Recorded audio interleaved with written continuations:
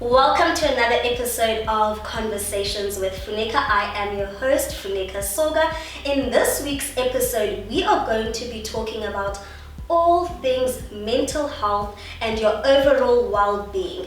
I will be chatting to two gentlemen, Sphamandla Gwinta and Thuba Myeki. So just before we start, I think I just want to read the definition of mental health, just for those who don't know.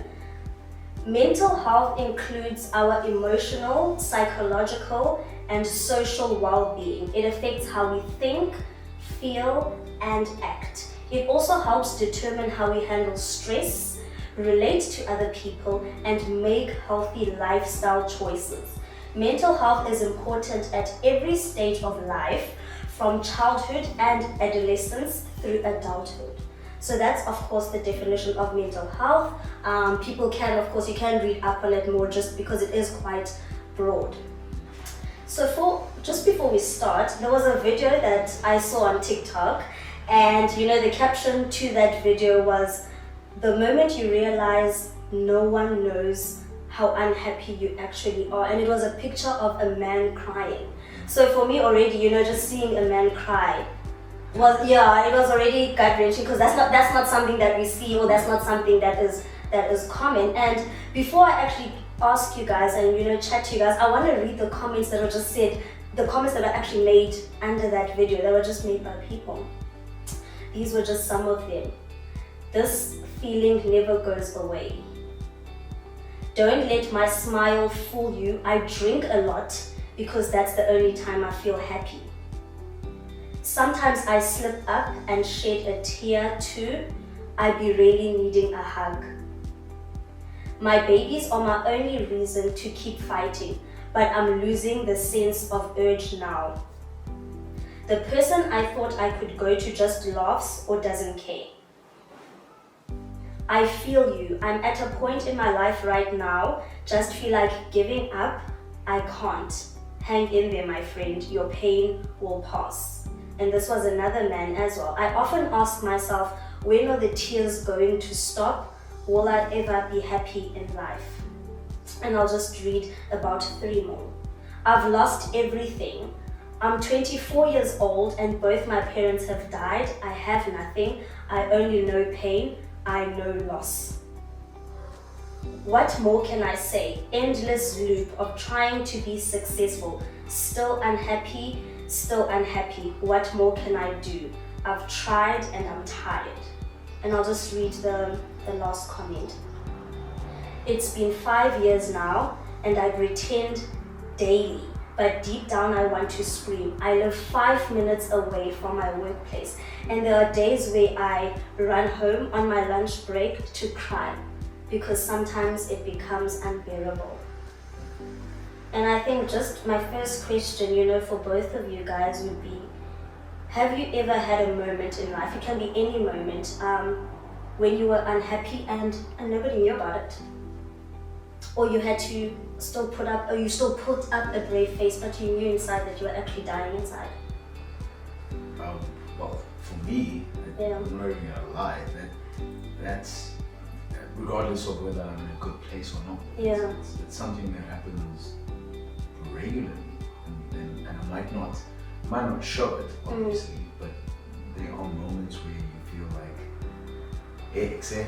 like I'm just absolutely tired. I'm tired of everything. I'm tired of trying. I'm tired of being that guy. And it's not one specific moment. I can't tell you. I'm sure it happened last week. But I will say though that the only thing that always gets me through is just like that whole the hope that tomorrow might be different. Yeah. Well, for me, it's not different from my brother. It happens like it's almost like my life. Sorry, where I always feel that I'm alone, and I always feel like I'm in a situation that I won't get through, like that's not gonna pass, like but as my brother is saying, it's the hope that tomorrow might be better. And I always reflect on the very worst moments of my life, and think that if I was able to get through those, then maybe this one also will pass. So it's my everyday life, but the hope that maybe something will, there will be change. How does that actually make you guys feel? Because I know that, with having you guys say that, I've just, even had a moment where I was in an awful lot of internal pain. A lot, but the following day, I still had to show up for work. I still, I was still that, that bubbly Funeka, the one that's just always, making everybody laugh. But if somebody had to get internal and get at the core and actually really look me in my eye and be like, no, really, how are you, Funeka? I would, in an instant, I would literally break down. So I think, how do you guys actually cope with that? Because even Spha said, that's almost something that you experience just every week, even that loneliness inside. How difficult is it? Like, it's not, I don't know if we can call it a facade or just you don't want people to see that you actually, you're breaking inside. I like what you just mentioned, that they will always see that bubbly Funeka. You look happy all the time. If you were to get to where I work in the office, it's an open space office. There's like many of us. And I'm the guy that always makes everyone laugh in the office. But if they were to follow me to where I stay, then they would see the true Sphamandla Gwinta. But you asked, how do we then cope with that? At least I'm open. I share. There is someone that I share with every pain that I go through. And the only time when I feel like, I'm not going to share this, it's because it's when I feel like I'm becoming a burden to her. That's my girlfriend. I only share with her everything. That's when you get to know what you really. Oh man, that's. I think I'm gonna go back to the burden thing, but for me, it's actually completely different.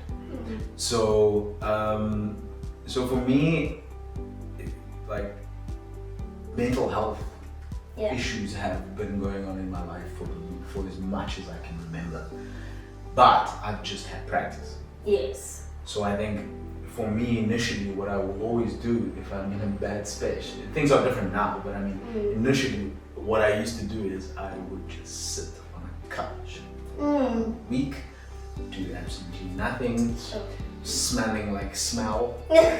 I always just say, not taking a shower. I smell like a smell right now. It's just a smell.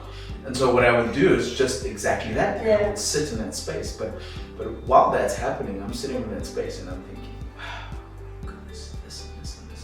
It's playing in your mind. But with actual practice, and I think for me, it's practicing, realizing the importance of actually getting out of that space and why you need. So I found a reason. For me, it was my music. For me, it was the acting.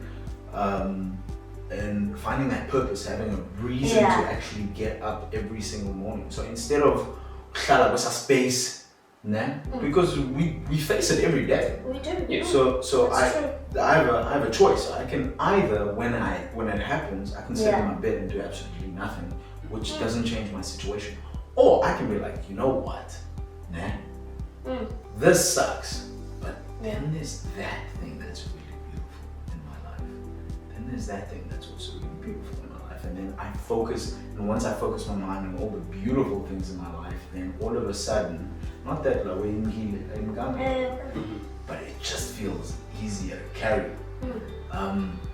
But I do want to say, I'm sure your girlfriend loves you, and I'm like that. I used to be like this, where I don't tell anyone anything. Keep it to yourself. Anything. Because I feel like I am Superman. There's no such thing, bro. Like, the more you actually speak and the more you actually say and share, the more lighter it actually feels. I know some people use that as a cliche or whatever, but you feel lighter. And then now, even more powerful if you're telling it to someone you actually care about and that loves you. may feel like a burden, but I promise you, to them, bro, you are the most special person in the world, and to trust someone with your heart, it doesn't only make you feel better, it makes the other person feel better, because they're like, oh, so true, actually, and it also brings back the fact that you know, Thuba, you even said that you felt like you actually feel a sense of relief the more you actually talk about it, because remember, it's almost that thing of when you keep something in, that secret, it eats you up inside. But when you talk about exactly. It's literally, it's weird, and I always describe it as like something wanting to come out, like, you know, anxiety. I promise you, your heart is literally going. I want to get out. Let me out. And then the more you keep it in, right, you're like, I'm just gonna close your eyes and sit on my couch. That's when it hurts. It gets worse and stronger. And so until you literally just go talk. Okay, by the way, this is going on.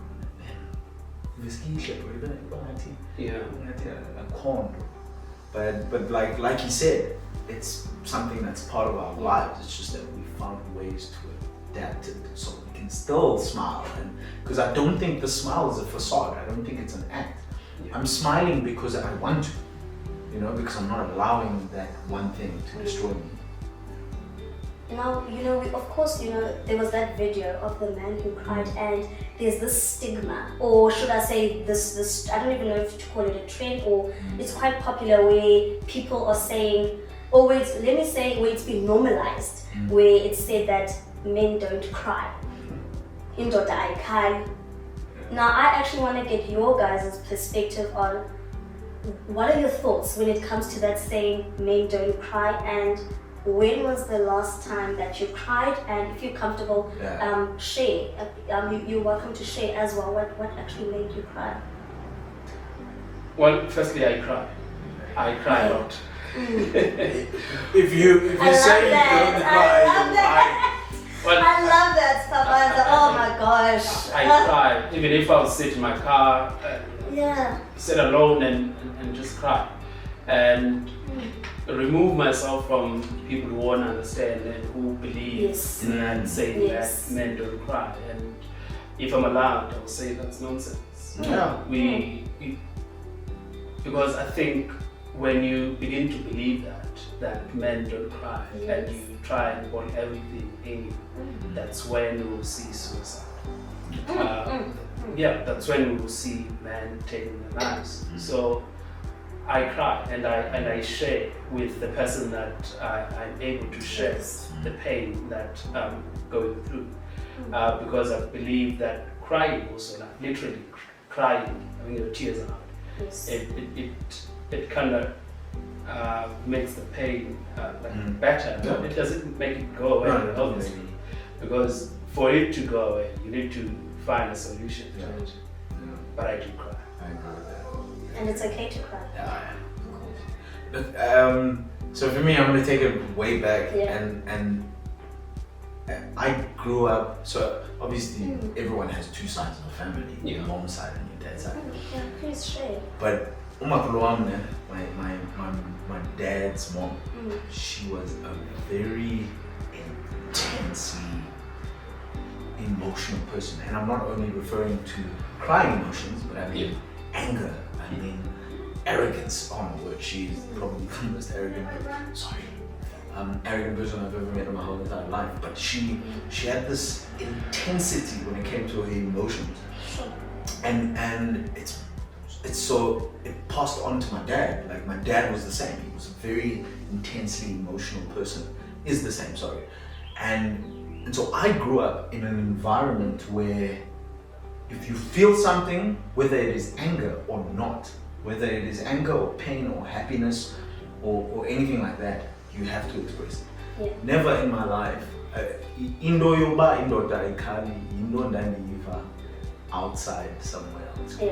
But in my upbringing, it was never something I felt like I should not do or feel uncomfortable about. And not because people were saying to me, cry, no, but because the people that I grew up around and I grew up with always very intense about their emotions and expressing themselves. And it's something that I've always said to myself that I will never ever stop doing. And the last time I cried was last week, but it wasn't because I was sad. It was just like why? So my life and my career has been a roller coaster. A lot of people think I think we can all relate with that. It has been a roller coaster of ups and downs. And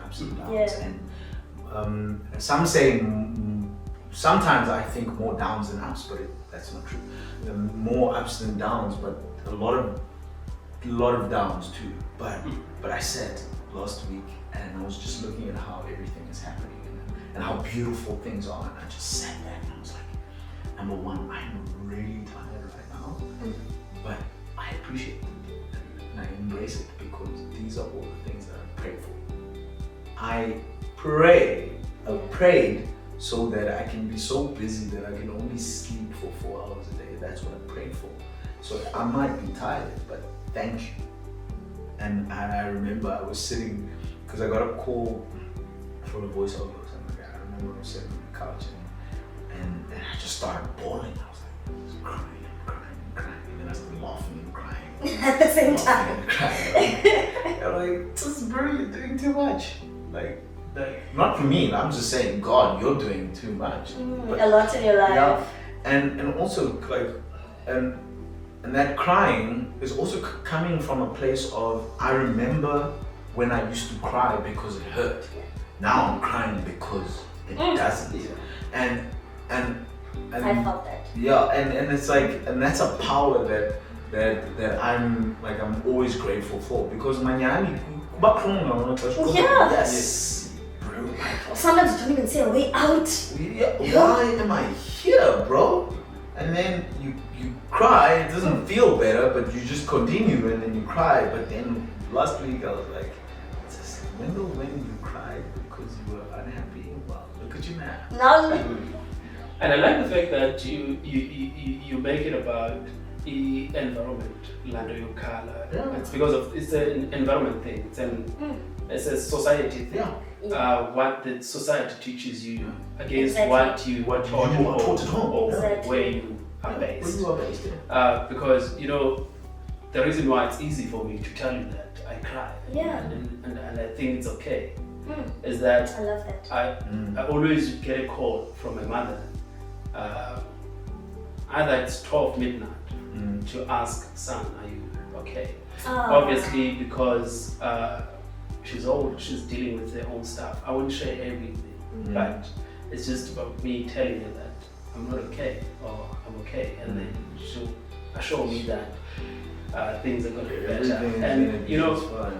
And what made me cry recently, it was reflecting on how things have been in the past and the space that I'm in.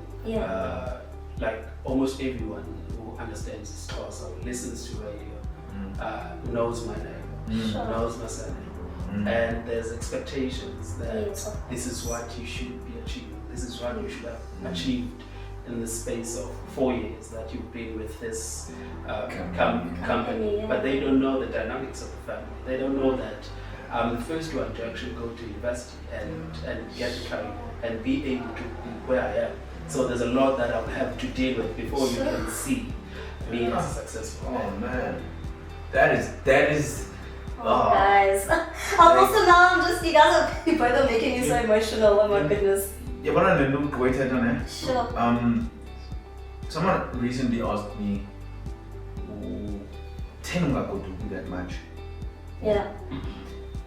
And so the thing is, and this is very similar in a sense. Yeah.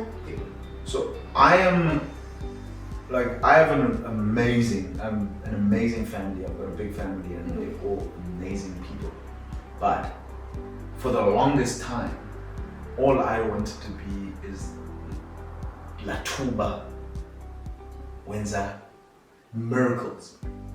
And I'm 100% sure that no one's expecting that of me. It is an expectation that I put on myself. It's internal. Yeah. So I spent all this time away, not because I'm busy, no, mainly because I'm not where I supposedly should be.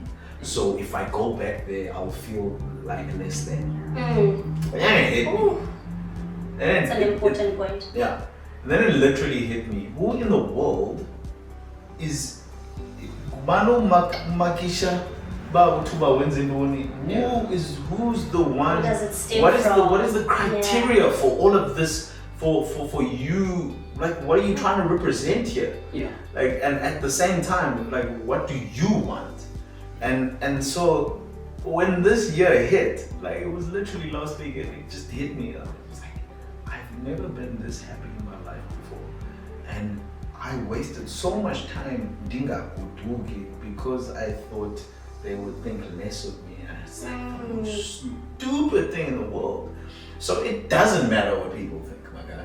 It doesn't matter whether someone says to you, well, you should be head producer, or you should be head writer, or you should own Umhlobo Enene, or whatever, or anything like that. It doesn't matter what people say. It's solely about what makes you happy and what makes you feel good. And actually, I think I'll go to December on that point. Yes. So it's like, yeah, man, it's such a powerful thing that you would say. You bring that up, your expectations zabandu on you, and what you should actually just be content with just being happy. Yeah. And you know, guys, the fact that you both said that you do cry. The reason I was just saying, that's so powerful. It's so beautiful because we've got a generation, of our young boys where they feel like they cannot express how they're feeling. They cannot actually even regulate their emotions. They don't know how to, when something is wrong, they won't know if it's anger, and they also don't know how to cope, whether it's life issues, daily battles, or any traumatic experience. We've literally got such an influx of a generation that feels that, no, as a man, I can't show emotion, or I can't cry, or I will be deemed according to society standards as I'm weak. So that's why I was so proud. I was honestly so proud, and you guys really made me emotional when you said, yeah, we do cry.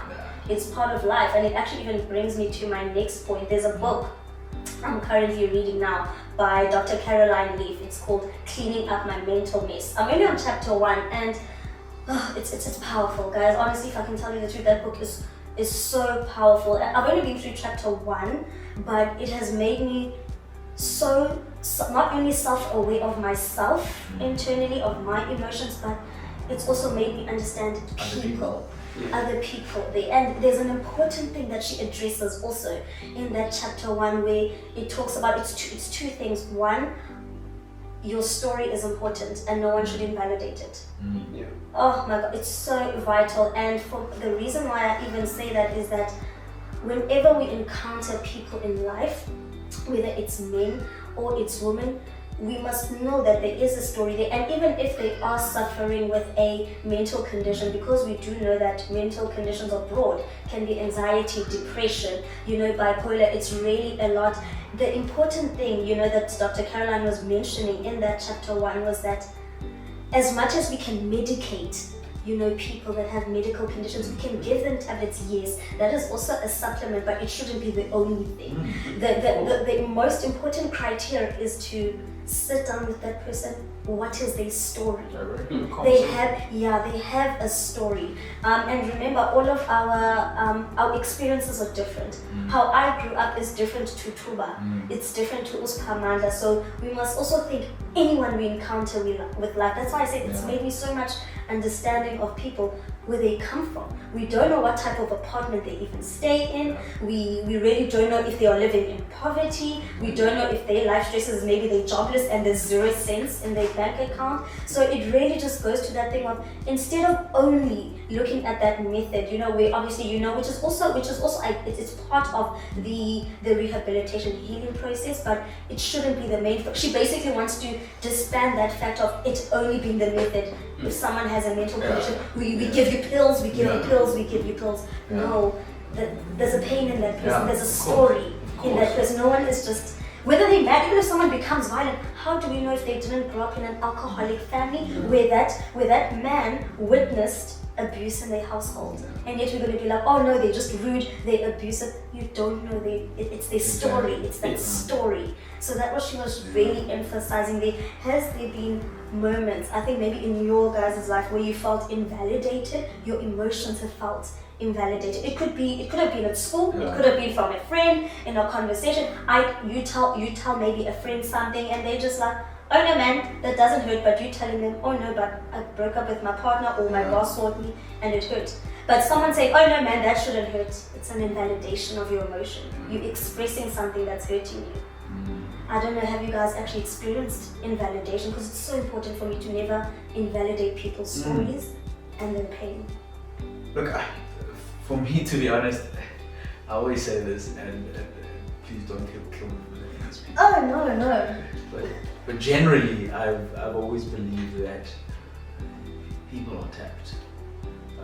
That's the nicest way to say it.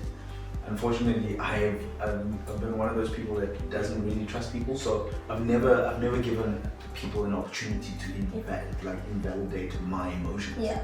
I'm talking even about my mother. Like I love her to death, but I would never put anything that I'm going through on her. So I spent a very long time, I think, to the point where I think when everything just came crashing down, I spent the longest time just keeping everything to myself. Like, if I'm in a group of friends, and obviously came the alcohol problem. So if I'm in a group of friends, like, I am the life of the party. Like, you will never see darkness in me, not even a little bit. Yeah. It's inside. I'm dying inside, but you would never see it. And it's mainly because I never gave people the opportunity to not validate my emotions. Because the worst thing that could ever happen to someone that's in pain is for someone to put their finger in the soil. So for me, 100%. I would rather just be like, blasta, and move on and carry on with my life. So doesn't then that shows that we live in a sick world? My fear of being invalidated, or my feelings being invalidated, has made me trust just a few people, share with just a few people, and that's sad. And you exactly it's said. I should be able to speak to Funeka and share, to share, and if you don't have anything to say about it, or you don't have any comments, then just let it move and keep it moving, and you don't have to validate.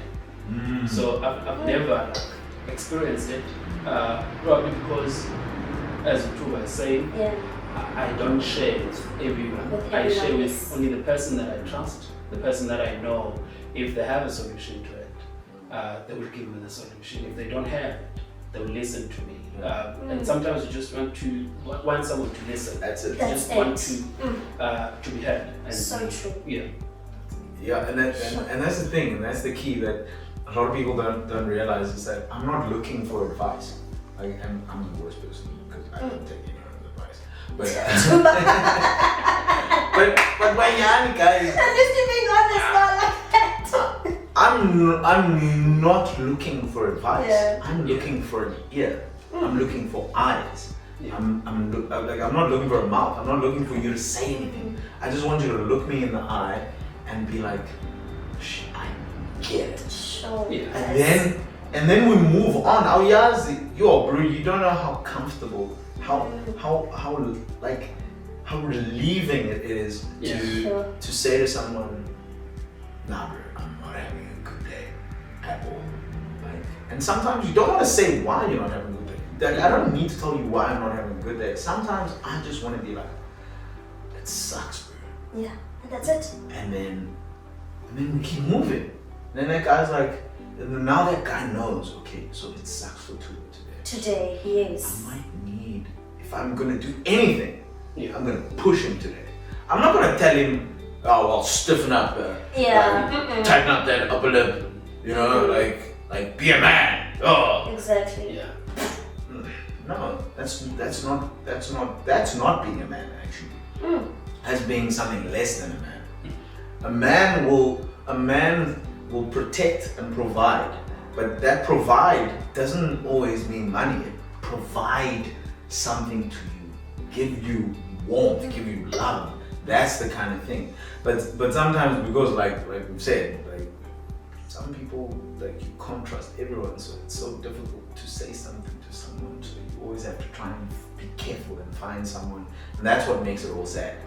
Because it's just the finding the right person to say something nice to you, you know, or not say anything at all, just give you a hug, you know, which I don't know about the hug, but sometimes you just want someone to hear you out, yeah. And you know another beautiful thing when you're not okay and you tell someone, because you know even for you, and I like the fact that you said Thuba that actually sometimes I don't want you to give me advice. Yeah. I just want you to know that you heard me. Yeah. That's all I want, and that comes with it's different for each individual. And again, I love the fact that you phrase that, because for someone else it may be, you know, they want to express what they're feeling, what is hurting them inside, but they may also be like, can you please give me your perspective? Yeah. You know that beauty when you're not okay and you tell someone and they actually just tell you, and they don't invalidate you, but they validate your emotions, and they just say, I see you, I hear you, my friend, and that's okay, you know, and that's okay, and you just listen, just be an ear and you listen. Presence is a lot. Sometimes it's a lot. It does a lot. You both actually have emphasized on that. It means a lot. It does a lot for someone that's in pain, that just needs someone to listen. Exactly. Now there's also therapy. You know, it's, I don't know if now this is the, you know. This way it gets dark. No, there's also, and you guys just know we have to go in there. Therapy. What is your guys' take on therapy? Have you been to therapy? Do you see the importance of it? If you've of course been to therapy, has it had an impact? Or if you haven't been to therapy, is it something that you want to basically try out? I've never really thought of therapy, and I've never been there. Okay. And really, I have no reason not to go there, but I just don't see it as something that would help me, because to me, well, I don't know the setup of the therapy, because it sounds as if I'm coming to Funeka to talk about my issues, and then Funeka listens. Yeah. Like I would do to my girlfriend, or to whoever that I'm able to open up to. So I've never been to therapy, and I'm not considered. Okay, so now for me, it's been such a nuanced experience, because I think I went to therapy for the first time when I was like 12 or something. Okay.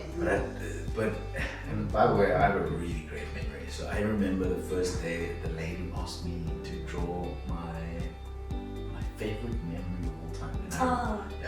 And I remember I drew a picture of myself, my dad and my mom at the beach. Well, it sounds so cliche when I say that, but yeah, I've always been a dramatic person. You are. So yeah, that's what I drew. But I didn't necessarily like the experience because she never really let me speak. It was just one of those situations where draw this, and if through that picture your happiest emotion will show me what's going on and will help you at the same time, and it absolutely didn't.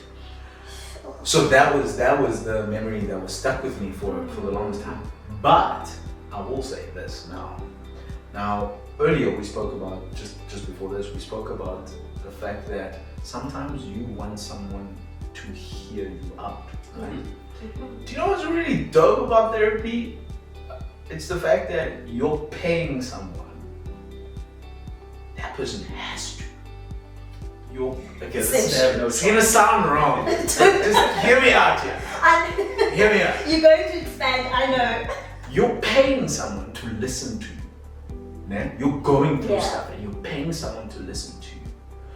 But now here's something that a lot of people don't understand, which I think is the beauty of therapy, or the beauty of talking to someone, and the beauty of you saying the things that are hurting you, or making you angry, or making your life miserable. It's the fact that it actually gives you a solution yourself. By saying, something happens, it's almost like you start hearing it in your own mind. It's never really, by the way, like any good therapist won't tell you how to solve your problems. You actually help yourself. They help you find your own perspective. It's a way of, it's so weird to explain. It's like, I tell you, but I'm sitting there for an hour, so I'm talking about the same thing over and over and over and over and over for an hour.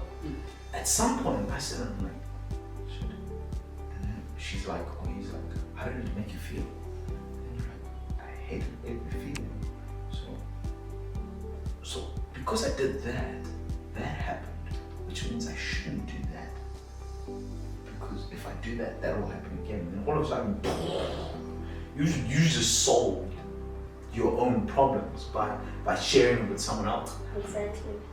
It's not that they're gonna tell you how to solve your problems. No, it's the fact that you have someone that you can share things with. You somehow find a way to ease in your pain and kind of solve your own issues. Yeah. And the perks of it, that they have to do it because you're paying them to.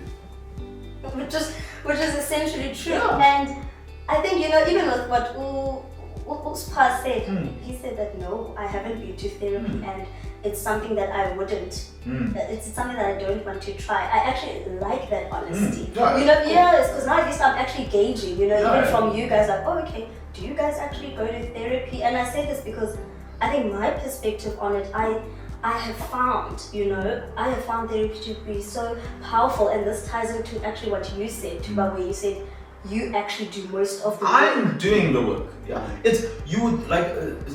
I'm sorry if I explained that horribly, but it's basically I am doing all the work because it's not that person's not giving me solutions or anything like that, but by opening up the conversation.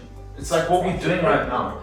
By us having this conversation, it means I get to voice out all the things that are going on in my life. And the more I hear them, I'm like, so that happened. And then she'll ask, why do you think that happened? And I'm like, oh wow, it's because I did that. Spot on. Spot on. But if you were sitting in a room with maybe someone that's not going to validate your emotions, they're not going to ask you why that happened. Exactly. They're going to be like, bro, just shut up. Let's just or get over it. Or get over it. So like I said, like it is a preference thing. You might find someone that you love, that cares about you, and that will always listen to you and help you through stuff. But sometimes I feel like having someone that is outside, that is forced to be there. They are not doing it out of love or anything like that, which is also good. But they're forced to. They have to do it. She has to listen to it. And for me, that's beautiful. And what's nice is, Thuba, they also share their perspective. Yeah. I've had even my therapist where she's actually said, obviously I won't go into it in detail, but I actively, after my dad passed away in 2015, I developed a drinking problem. I really did. It was not cute. It was really, honestly guys, it's nothing that I'm proud of. Yeah, it really never is cute. I went on like a binger. And to show why I think, therapy is so important, is that even when I was sitting, in front of my therapist, I had to sit there, I had to like dig deep inside Funeka's emotions, and I had to tell my therapist, I think I have a problem. And that's hard. To actually say that I have a problem, and to actually be able to say, okay, when I drink, I behave like this. When I overdose on alcohol, it's this and this and this.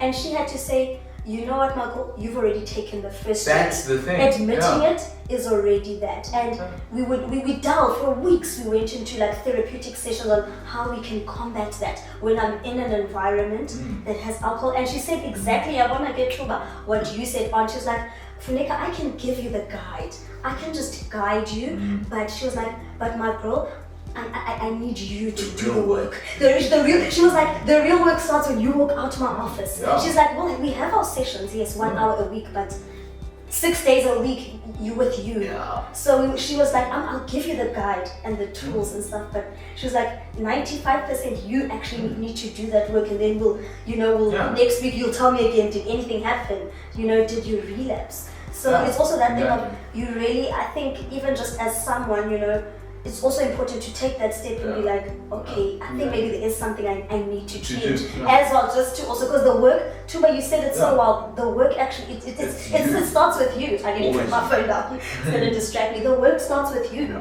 actually. Yeah, and it's like, I hate to use this term, but like the definition of insanity is repeating the same process over and over and over, hoping for a different outcome. And like the whole thing of therapy is trying to for you to retrace your steps. It's like let me see how I got here. Sometimes it's more difficult. Maybe sometimes it's other people that impose on your life to turn your life around. Sometimes. But sometimes it is you. You took that step that you shouldn't have taken, and that step. Now, the whole thing of therapy for me that I found is that it gives me a way to retrace my steps and be like, yo, meaning don't get like Cape Road. Yeah. Yes. Get bed drive, get wins again lane, but Cape Road. She didn't say anything. She didn't need to say anything. 100%. She just asked me, how did you get home? Yup. I like the way you guys explained, and I've never had this conversation about therapy. I often just dismiss it whenever you recommend that go for therapy, because to me I found it useless. But now that you mentioning that you actually go there and talk about the issues and you do the work and you get recognized and you get to admit that maybe this is the part you need to play. And that's the thing sometimes, like I think so before I went into my first stint of hospital, just it was 2018? 2019, and then around February, March. Whenever I blamed everyone else around me except me. Except yourself. Like I was like, it's because of everything that's happening around me that I am in this bed right now at this point in time. I was never honest about the fact that I played a massive 95% massive role that made me so weak and susceptible to negativity around me. Because that's the thing. It's like I said. If you're driving in Cape Road and there's 1,000 cars, right, and you get into an accident because you were tipsy, it's because you were driving tipsy amongst 1,000 cars. You made that choice. But if you decide to take a different choice or a path, or accept a different path in your life that is clearer with less hurdles, then it's you making that choice. So for me, I spent so much time on some. I only went through Cape Road because of you and you. God didn't know it was all the choices that I made. And with what Uspa said, Thuba, is the fact that, remember, you and I have been to therapy. We know the process, we know it's deeper than that. But also what I love is that, and I'm so glad that we did it. In some cases, you'll find that because Uspa had said, no, I haven't been to therapy and I don't see a need to. Now I feel like we would have completely done a disservice if we had just been like, oh my word, you haven't been to therapy, then you definitely, then you definitely have issues. Then like, why are we having this conversation?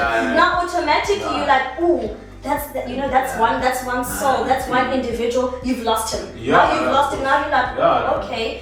Because now you've been to therapy, and I'm telling you, no, I actually don't even see a need to go. Now I'm already just feel a sort of like that. Basically, would have automatically created a major barrier right there. You know. And there is someone out there who's gonna watch. Who's thinking what's Paris thinking? Like first of all, wow, what an idiot. No, but it's not that. It's not at all, because that's his experience. He hasn't been to therapy. He hasn't. And going back to that, I think, and I'll say this, and don't shoot me, but if you don't need it, you don't have to go to it.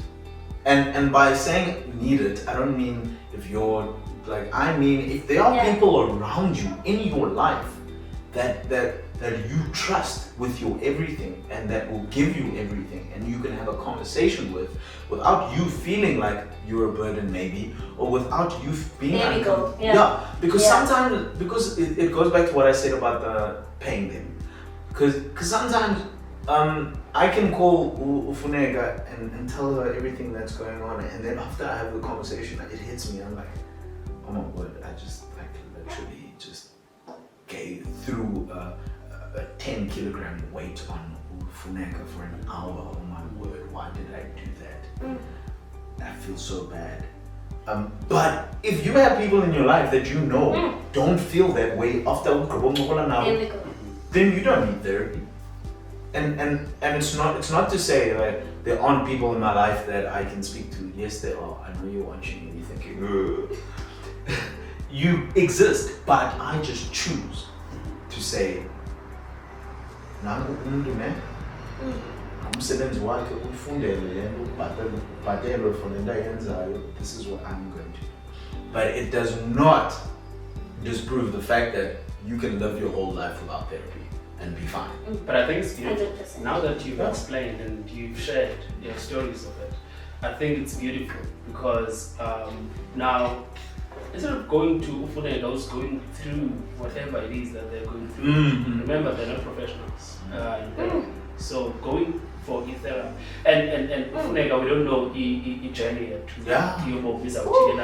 What if they use what I used to tell them? The therapist will never. Sorry.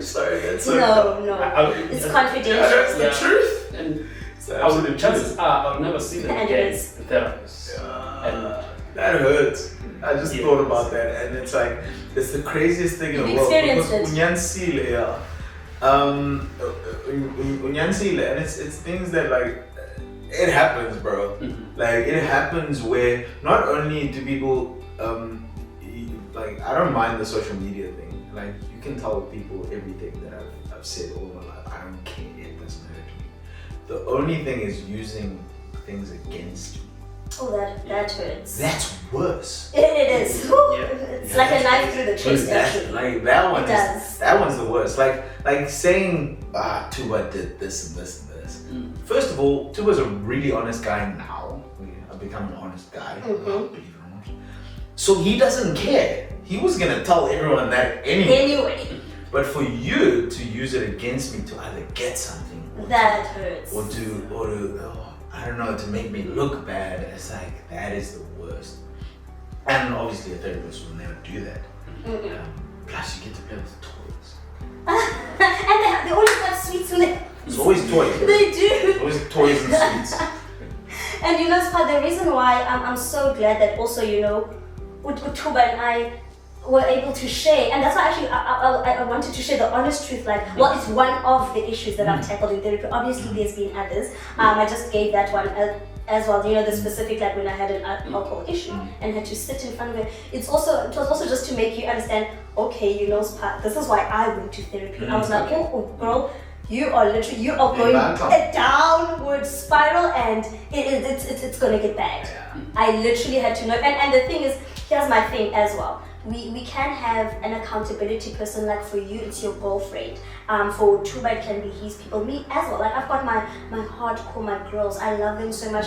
They like my sisters, you know. And they obviously they listen. They authentic. They won't share your stories or anything like that. But I knew, even if it's a chat I may have with like my sisters, 1 or 2 or 3 of them, I just knew that, you know what, Funeka, I want professional help. Yeah. I want professional, experienced help.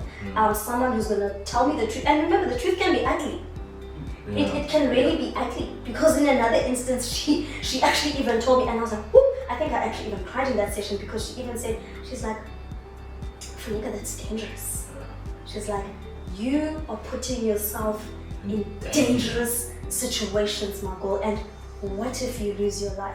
It is dangerous. Because remember, when there's being intoxicated, and then there's blackout intoxication. That had to be something that was drilled in me. She had to reset. She had to tell me, you're on a dangerous path. And she was telling me that you are self-inflicting pain if we don't really try and curb this drinking problem. So, and remember, it can be a drinking problem, but it also affects, again, it affects your emotional well-being. It affected my mental health because one, you have regrets. 2, I didn't feel good about myself. I know I always chant and say to my friends, I'm a princess, I'm a queen, but like when I have those binge moments, I would never feel happy. Even if I'm at work, you know, it would still be bubbly, but I'm like, ugh, inside I'd feel like, oh, yuck. You know, there's something inside in my life that's not, I don't know, it's not making me feel like I'm walking in purpose. Yeah. You know, so for me, this is just to give more like that, just to give more information and context to Uspa, because of course he doesn't know like how or why maybe some people go to therapy. So I'm like really happy that we be able actually, you know, just to share our personal experiences with you. And you know, just with life experiences, guys, it can be anything. You know, we know that we don't come from the same backgrounds. We haven't had the same experiences. It can be education, how it was in our households growing up, in our workspaces, and not just touching it to everyday life, or maybe varsity life, or a few months ago. What are your guys' coping mechanisms? Because remember, I can use the word coping mechanisms, but there are dangerous coping mechanisms as well.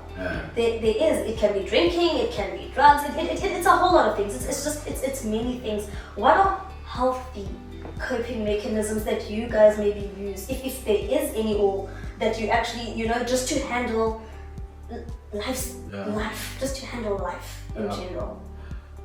For me, it's like really simple, and it's always been something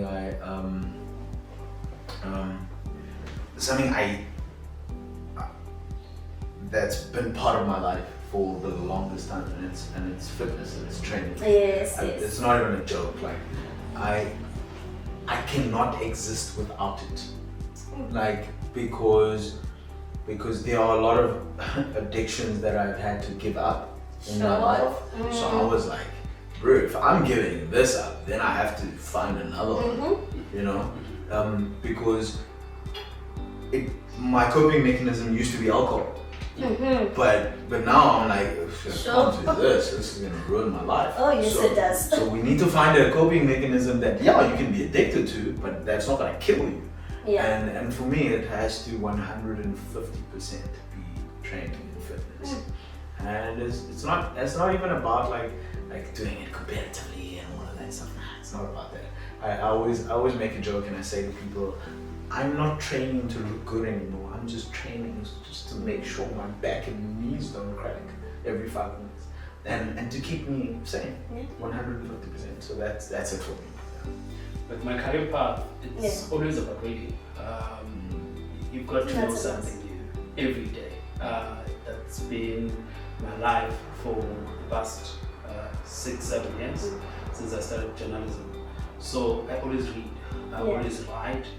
And I'll always write something that's different from what I feel.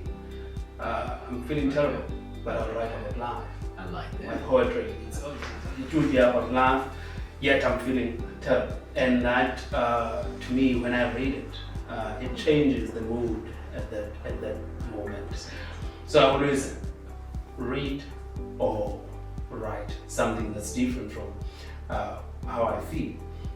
And I think I'm not sure if I should say this because I've not been diagnosed, but I suspect because of the symptoms there, the way I respond to isn't that I said, or there's a disconnect. You will tell me something sad, really sad, and I'll laugh at you. But that's not how I feel. Yeah. And there's a very huge disconnect between the way I feel and what is happening. It's called pseudo-bulbar. It's called? That's what they call it, pseudo-bulbar effect. Okay, I did not know that. I decided to research because of that, because it's embarrassing sometimes when someone comes to you and tells you something and you're there smiling as if it's exciting, it's nice. So that's what I do even with my writing, with my poetry. I'll write something that's totally different from how I feel. A beautiful love poem. Yeah. Yet I'm sad. Sad, yeah. It's so weird because And I didn't even know that. yeah, Actually. it's a thing. Oh, you actually knew it. Yeah. I really didn't. Yes. Yeah, it's a thing, and it's like, but I think mental illness is such a beautiful thing. I know it sounds dark, but it's also such a beautiful thing because it allows us to be creative and to be beautiful. I was on my way to East London last week, and we were sitting in the car, and I love music, obviously. Well, obviously. So, and I've been in the space of writing again because my mind is opening. And I always say this to people: if you're ever gonna write anything, whether it's a movie or it's a poem or whether it's a song, keep a piece of all the pain in here. But when you write it with the eye of happiness that you feel in that moment. So people are listening to the sad song, but oh my word, it's also making this is so sad, but it's also making me really happy. Instead of just writing a song and making people really unhappy. So going back to what you were saying, going back to what you were saying is, I think it is beautiful that inside you can feel in one way, but produce just like rainbows and like sunshine. I think that's the most beautiful thing ever. And a lot of the time we don't realize how powerful that actually is, because it means you have the power deep down inside, regardless of how you feel. You have the power to see those rainbows and the sunshine. Exactly. Yeah. It's not as dark as what you think it is. Yeah. And that's why I think mental health is gorgeous. And it's very important as well. It's very, very important. And I think I actually want to bring this conversation I had with a friend of mine. There was something, just an instance I was going on in my life, and then there was this saying that I kept saying, and my friend was like, friend, you know what you're actually doing? Let alone invalidating someone else, you're invalidating yourself. Because I was honest, like I was sending a long voice note as I always do, and I was saying, I felt jealous. This is me on the voice note. I felt jealous, yes, and I know it was the petty side of me, and I felt jealous, and I know I shouldn't be feeling jealous. See my sentence, I'm saying I felt jealous. So whatever that situation was, it made me feel jealous. I was jealous, but I was also now saying, but I know I shouldn't be feeling jealous. And then my friend bounced back a voice note and was saying, my friend, it's so important, and then she said, don't do that to yourself. You invalidating your own emotions. Don't ever invalidate yourself, because she was saying that you're saying that you felt jealous. you felt jealous, but then I went and said, but I shouldn't be feeling I shouldn't be feeling jealous. So for me, again, and I love having conversations like that with my friend. Absolutely love it. Because for me, it was like, I learn, when I have engagements like that with my people. Because it made me reflect and learn again, because she was saying that, no, don't actually do that. And then she was like, it's okay not to be okay. It's okay to have a bad day. It's okay. If today is nonsense and it's a bad day for me, today, Thuba, it's a bad day, and I'm just not happy today. I want to cry, I want to have a toilet paper, I'm just having a bad day. And it's also that thing of, it's okay. Because as long as also, and then also she said, and then ask yourself, just to also create that self-awareness within ourselves. Okay, fine. You're having a bad day. Okay, Fred, what is it? What like that thought pattern in your mind that caused you to know that I'm having a bad day? It stems from a story, load shedding. I love this country. I love how you do you know what I love the most? Snap back. No, I just love how you just said it. Let's go. Yeah, but let's. Can you still see us? Yeah, no, you guys. Okay, there we go. There we go. Let's keep going. No, we just. There's nothing we can do about it. No, there's really nothing. I mean, specifically to your situation. Sure. It was such a powerful conversation. Yeah, of course. She was. Why am I jealous? Why am I envious? But I know this is also gonna sound a bit risque and why would you do that? That's not right. But my guy, if you are jealous of someone, they have something that you want or something you need, right? Yeah. What if that one thing that they have or what you want or need is something that will make your life better or make you feel better? Being jealous doesn't mean I'm going to throw a pie at that person. That's true. It doesn't make you a bad person. Being envious doesn't mean I'm going to kill that person. Yeah, no, definitely. But it does say that, yeah, man. Then you reflect. So what do I need to do now to get a cover? Okay, I need to do this and this. And then all of a sudden, boom, you've just worked hard for something and now you feel better about yourself that you, like, from a dark place. This is why I always say, like, the most beautiful things can come from a dark place. That's true. That's what I'm saying. Like, you can feel envious or jealous of someone, but something really beautiful can come out of it. It doesn't always have to be negative. It doesn't always have to be hate. Yeah. That feeling, yes, you're feeling it in here, no? But you don't have to be honest with yourself. Yeah, always. Always. But it doesn't mean you're gonna act on it. It doesn't mean I'm going 100%. To troll that person because 100%. I'm jealous of them. But instead, I can look at them and be like, oh man, they're doing so well. What can I do to get there? Yeah. And then you do it. And then by that, but then all of a sudden, you're not jealous of that person anymore. You guys are probably friends because you're in the same space, you're in the same environment. And so I think it's so important, like what your friend said, it's like it's always important to validate your own feelings, because even as dark as they are, but with that validation, you need to always ask yourself, why do I feel this way? Yeah. And then once you can ask yourself why you can feel this way, and once you can answer your why do I feel this way, I promise you sit for another hour, you will find a way to get out of it. True. Yeah. So I think the validation of your emotions is the most important thing ever, or else we're gonna sit in the dark for a really long time. Not just talking and no, I'm not just talking about not checking. I'm actually not even laughing because I didn't even check the schedule. I'm sorry. Yeah. I want to ask you guys actually, what has been, and you can just touch on it briefly, or if you want to go, expand on it as well, that's okay. What has been one super low moment that you've had in your life, but then also what is one highest moment where you felt, sure, I'm happy, like I'm so, like I am happy, I'm glad. And remember, this can be anything. It can literally be anything. What's your favorite clothing item? Passed an exam. Yeah. landed it.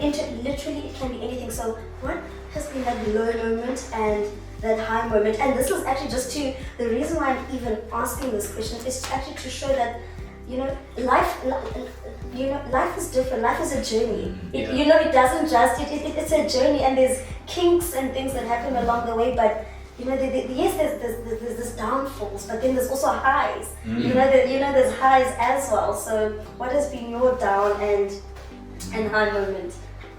Can be anything. Can be anything. I'll take it back to where I grew up. After my grandparents had passed on in 2001 and 2000, my grandmother, then my grandfather in 2002. I used to stay with them. Okay. And then I had to move to different places, to my aunt's places. And then the situation becomes bad there, and the treatment as well. And then you move to another, and then you move to another. Then in 2005, my mother decided that she'll stay with us, 4 of us in one shack, and in a small town, former Transkei. So we stayed there since 2005 to 2014 when I got to elementary and young high school. And then things looked bad. I didn't know that I would get through that. And in when I was 16, 15, that's when I developed this love for radio. Because that's the only thing we had at home. Amazing thing that we had at home. We listened to radio all day, listen to news, listen to every program, radio, get battery, and we have electricity. So then the love grew, and I thought, this is what I want to do.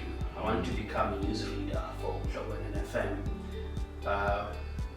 Then I started investing more in this course. I was worried when Funeka said this interview is going to be in English. I was like, can I survive an hour speaking English? Well, doing just fine. And I didn't even give it the minutes for that.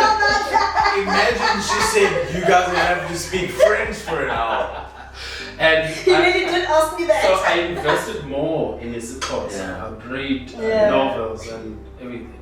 So, but I got to matric, and that's when reality hit, because I thought, how am I gonna get there? Because I have to have a qualification. For a qualification, I have to go to the university. And do I have funds? No. Nobody's working at home. Mama used to sell the fruit at town. Get 20 rand, it was bad. And you buy 1 kg of meal, and there's something called chicken tails. It's also call it that, and we have that. You're gonna make me cry because anyone that knows me knows Bande Tandem. Cool. I don't like it. I'm sure. And then because it says not for me. My everyday me. I'm sure. So with that situation, I thought, if we're talking university, we're talking thousands of rands, and I don't have that. I didn't know about NSFAS, I didn't know about bursaries and stuff. And I'll be honest, even though I was one of the bright students, but learning a passing away. I was doing fine at school. So then I was money bursary. So then I applied in 2014. This is the low moment. I applied 2015. I applied for NSFAS, and they rejected me because of insufficient funds. And then, but 2 weeks later, I got an SMS to go and register. They had accepted me. So I went to university. The challenges again, because now I don't know this environment. It's a completely different environment. The culture, everything.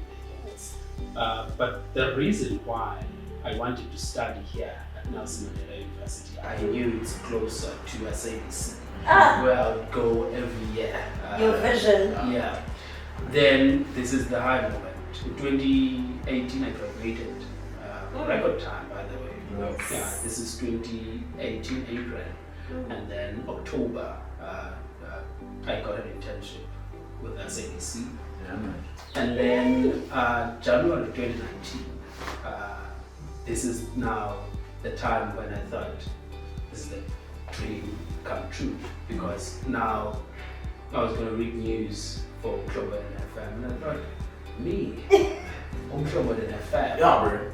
There is a booth there where we record stuff. Yeah. I went in there. My boss had just told me that I'll read news for 11, and this is past 9.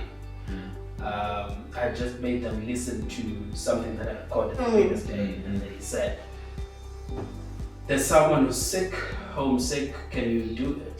There we I go. said, okay, Sure. yeah, I'll do it. And then I reflected back to everything that I went through in life, and now I was going to read news for the biggest station. And then I went on air at 11, I read news, and they said it was going to be 11 o'clock bulletin only, and then we'll find someone to come and work. And we're going for a main bulletin, 1 o'clock. You don't just go there. And then on my way back from the studio, my boss was standing there in front of the door, and she said, I'm not calling anyone. You're gonna do the 1 o'clock bulletin. After 1 o'clock bulletin, you're gonna do 2 o'clock. And then after that, you're gonna do 3 o'clock. And then they decided to put my name in the roster, and since then I've been living my dream. Yeah, man. Up to now. I want to scream. Up to now, Oh, I've been living good. an amazing life. Oh, it's Remember, amazing. this is something that I wanted from the age of 15. All your life. And here I am now. Yeah. That's Oh, amazing. well, yeah, that's beautiful. You. I'm jealous. Don't be me now. Not gonna hurt him. Nah. Don't you dare. Nah, man, that's absolutely amazing, because it's like, what's crazy is, Beautiful, yeah, man. Oh, what's crazy is that, like, sure. there's parts in our lives that are similar, Yeah. obviously, and then there's a lot that differ. Because I think my lowest moment, I think it was absolutely my lowest, because not because there haven't been things that have happened in my life before that. It was I can easily say two separate moments that happened in the space of 3 years, like in the most, like very recently. Okay. But not because there haven't been like really low lows, but because I think in these 2 moments I completely gave up, you know. And I don't know if I mentioned this earlier, but I've had a very up and down career, like very up and down, like super highs and like very low lows, super highs and very low lows. But there was one thing I always promised myself, and this was not true. Yeah. This is the only reason I've been placed on this earth. I'm going to act, I'm going to sing, I'm going to speak until I die. This is the only reason that I've been placed on this earth. And unfortunately, the low came in 2019. It was after I had, for some stupid reason, decided to get a day job, because I thought that was going to make my life more simple and I was going to have money coming in. No offense to people with day jobs, it's just not for me. It's not for you. Yeah, it's not about you guys, it's about for me. For you. Like I said, I have been placed on this earth to entertain, and that's it. And it makes you happy. Yeah, dude. And unfortunately, in the 6 months that I was doing this job, it got really stressful. I was up 20 hours a day for 6 months. Yeah. Like I said, I've always been a fitness fanatic. Yes. So I was so lean. You know, when you only have enough body fat in your body to just keep you moving every day. And my kidneys and my liver started to take a knock. So I realized later that they were failing, starting to fail, but we caught it, lucky enough. Oh, thank goodness. Yeah, so this was between November and December. We caught it early enough, but the stress of work still continued. And so in December I decided to stop, like to quit. And at this time, I had been clean from alcohol for about 3 years. Oh, wow. Yeah. Wow. wow, yes, then, yes. Okay, yeah. But because of all the stress and everything that was happening, then that December of 2018, I started drinking again. And then there was a lot of stuff going on at home. Like, I was back at home and there was a lot of stuff that was just going on at home, and like, I never slept at all. Like, at all. Like 2019, beginning of 2000, I never slept at all. It was just horrible. Like, it was just absolute horrible. Sleepless nights. Yeah, and then then something, and I always say this to people, by the way, and saying it to you guys, if anyone ever says to you they are tired, don't take that lightly. And someone says to you, I'm tired. So important. Yeah, what you just said. Those words are very powerful. They don't mean what you think they mean. Yeah. And it just hit. Yeah. This was March, maybe February, late February. I was just hit with tired. Like, I was tired. And I remember, I don't know what it did. I remember my mom went to work, and I remember I looked for all the pills in the house, like everything. I remember there were 2 bottles of wine even, so I took all the pills. I think there were about 50 pills. And don't forget, my kidneys had failed a while back. So I took all the pills in the house, and I downed 2 bottles of wine. So my mom found me, and I was on the couch. Like, my mom found me like unconscious on the couch. And I remember I woke up in the hospital, and in that time I was in hospital for 2 weeks, which I think was a mistake. Because I came out. Sorry, I will make this shorter. But when I came out of hospital, I continued just going on a bender for at least an extra year. No, but it's your reality. Yeah. Continue. And so things just like, I don't know, got back to reality. Like, you're trying, you keep trying. And I think last year was kind of like the last time I gave up again. And the same thing happened, but this time I was living alone. So it was actually really worse. And so like, I went into this like fit, and I even broke like this massive window in my apartment, and it was just horrible. Yeah. You did say you were tired. Yeah, I was absolutely finished. I was tired. But my high, that was my low. But my high, you would expect me to say something so extraordinary. You are dramatic. You are rather dramatic. But my high was literally because I remember the last day I went to hospital was the 7th of September 2021, and I remember sitting on the 7th of September 2022, and I remember I sat and I was just thinking, and it's that moment I was just crying, bawling.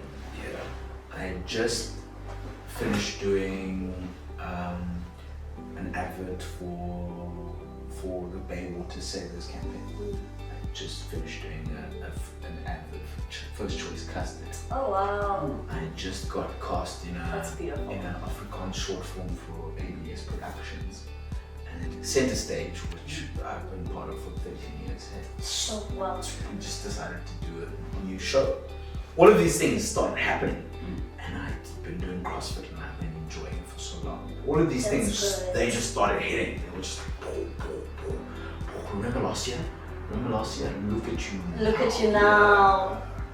And that high, you would think this guy was going to tell us that he went to Spain. No. The main reason that's a high is because a year before I thought it was all over. And this is why I say to people every single day, my guy, it's not over until the fat lady sings. Yeah. I know there's a lot of fat ladies that can sing, but I'm just saying, there's a specific one. I'm going to your but it's never over. It's never over. And for me, the high was looking at what my year looked like before, and looking at where it is now. The difference. And yeah, because I had given up. Because I had low-key died because I was out for 3 days. I think I was out for like 3 days, and people are always like, why do you make it seem like it's a joke? It's not a joke. But what's really beautiful, like I said, sunshine can come out of the darkest places. Yeah, that's so true. Yeah. Because if I don't know it hurts, how am I gonna find a way to make it stop hurting? There we go. And that's where we need to get to. There we go. And I think, you guys have shared, oh my gosh, like my heart is actually full. I don't know why, but I could really talk with both of you for hours. You've shared so many, just your own stories. Just your own stories have been just so beautiful. Actually listening to both of you have learned something. I'm feeling inspired. There's just so much that I honestly took just from having this chat with you guys. But before we end off, I am gonna do this exercise with you guys. You might think it's a bit silly, but we're gonna do it. The way you're looking at me, it's not making me comfortable. I'm not getting paid enough for this. That is not making. You don't even know what I'm gonna say to my. Yeah, where are you going? You see, us pie is waiting. Let me have you. No, guys. It's like just a mini. It's a question basically. Okay. It's something that let me be honest, that I've done in a therapy session that I've been to. So I'm actually just gonna ask you guys, how are you feeling right now? But your answer must be in a color. You both are each gonna answer. So you're gonna tell me obviously, I'm feeling yellow because of this. I'm feeling red because of this. I'll obviously to break the ice. Imagine breaking the ice at the end of the chat. But anyway, I think let me start it off just so you guys can actually understand. Okay, so how I'm feeling right now is a dot of black and yellow. And the reason why there's that dot of black is because yesterday, a part of me, for a couple of hours, I was feeling really down. I was feeling really, really sad. I was missing someone. He's obviously still alive. He's in Joburg. I was just missing someone a lot. So that's the dot of black, because I was missing them and I was just heavy-hearted. And the reason why I'm also saying there's yellow is because I'm seeing light. I'm really just seeing light. I'm seeing vision. I also feel like bit by bit I am walking in my purpose. And I'm just seeing like there's gonna be light, and there is light, because our journey doesn't have an ending. So for me, that's why there's that yellow as well. There's I don't know how else to put it, but I'm just seeing light and vision. That's why I chose yellow. You go first. I love how it's like, okay, you take it. So for me, I hope this is not too aggressive, but no, go for it. Definitely, and I have been for the past 4 weeks. I'm seeing like red, orange, yellow, and a bit of blue. Yeah. Because there's a fire within that's brewing inside of me, and I think it's not a fire of anger. No. Okay. Because like I said, I was about to ask. I'm gonna burn fields, and then from those fields, there's going to be flowers that will bloom. I feel like there's so much awesomeness that is going to be coming your guys' way, and like I'm so excited. It's like a fire of excitement. So those are the colors that are within me right now. They're excited. There's a lot going on. I love the honesty. It's as if I knew that you'd ask this question, because this is how I feel. Yeah. It's blue and is that what you dressed like? Yeah. Oh, you're actually feeling this? Yeah, no way.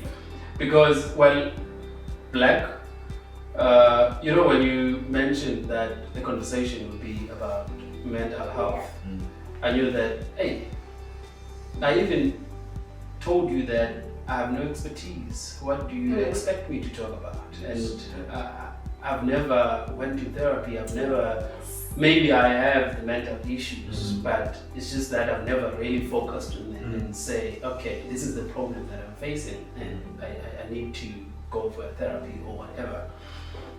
Then I was hopeful that in as much as I will share my story with you, but I will gain something of which I have a lot from my brother here through the things that he has told me. So this is not having any hopes and thinking, what is this about? And this is about the interview that we're having. This is about the conversation. Yeah. And then I was thinking, okay, maybe I might come out of that with a positive mindset about a lot of things, especially mental health and hence the blue. I like it. Isn't that? He's like a calm version of the deep me. Nah. But me is never calm. And the thing is, like, you both are absolutely amazing, but at the same time you're different. Yeah. You can see the difference in personality, but there's depth in both of you, there's wisdom in both of you, there's talent in both of you. I love it. You guys. I'm sure I can sit with him and have a conversation. Dude, I'm Thuba might do like 95% of the talking. Oh my god. Yes, I'm sure. Spha will do like 5. Like Spha will just be like, yeah. Yeah, because he's got that, you know, that mellow feel to him. That voice will be. Very calm, yeah, smooth. I don't mind listening. Yeah. As long as you're making sense. That's like. Wow, and we will see you guys in the next episode.